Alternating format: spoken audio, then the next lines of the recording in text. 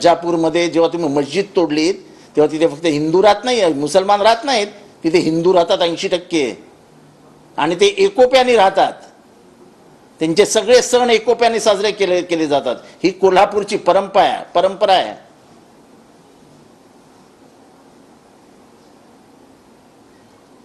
कोल्हापूरमधले मस्जिदीच्या बाहेर, एका मस्जिदीच्या बाहेर, पौराणिक मस्जिदीच्या बाहेर गणपतीचा हे मूर्ती आहे. ही सामाजिक एकता शाहू महाराजांनी जपली होती. ती सामाजिक एकता खरं तर या घराण्याने जपायला पाहिजे होती. या कोणाचा तरी बोलका भावला म्हणून हा बोलला आणि झालं, सगळी परिस्थिती आतंत गेली. त्याच्या बोलण्याचा फायदा संभाजी भिडेंनी घेतला आणि संभाजी भिडेंनी जे करायचं ते काम करून टाकलं. आणि त्यांना वाटत असेल गाडीवर मला दगड मारला म्हणून मी त्यांच्या विरोधात बोलणार नाही, तर आता मी अजून त्वेषाने तीव्रतेने बोलीन. मी आजपर्यंत तरी आहोजाहो करायचो.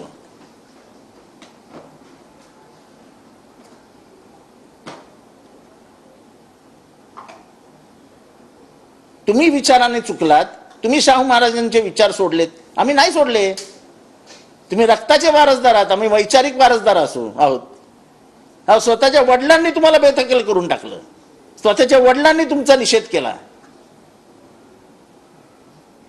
खरं राजकारण त्याच्या मागचं हे आहे की तुमच्या मनामध्ये आग आहे, जळतंय तुम्हाला की तुमचे वडील खासदार झाले. तुम्हाला खासदारकीचं तिकीट हवं होतं, सगळ्या पक्षांच्या दरवाजात जाऊन आले तुम्ही. त्यांनी तिकीट न दिल्यामुळे आणि आपले वडील खासदार झाले, ह्याच्यातनं तुम्हाला जो आग लागली ना, त्याच्यातनं तुम्ही हे सगळे बेताल वक्तव्य करतात आणि बेताल वागतात.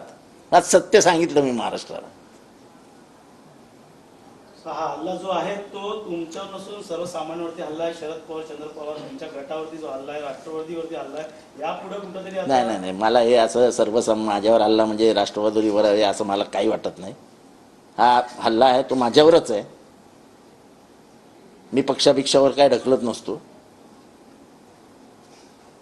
माझं बोलणं होतं, मी बोललो होतो, माझं इतर कोणी बोललं नव्हतं. आणि मी आजही बोलतो की छत्रपती शिवाजी राजेंचे हे वारसदार राजर्षी शाहू यांचे विचार यांच्याशी गद्दारी संभाजीने केली.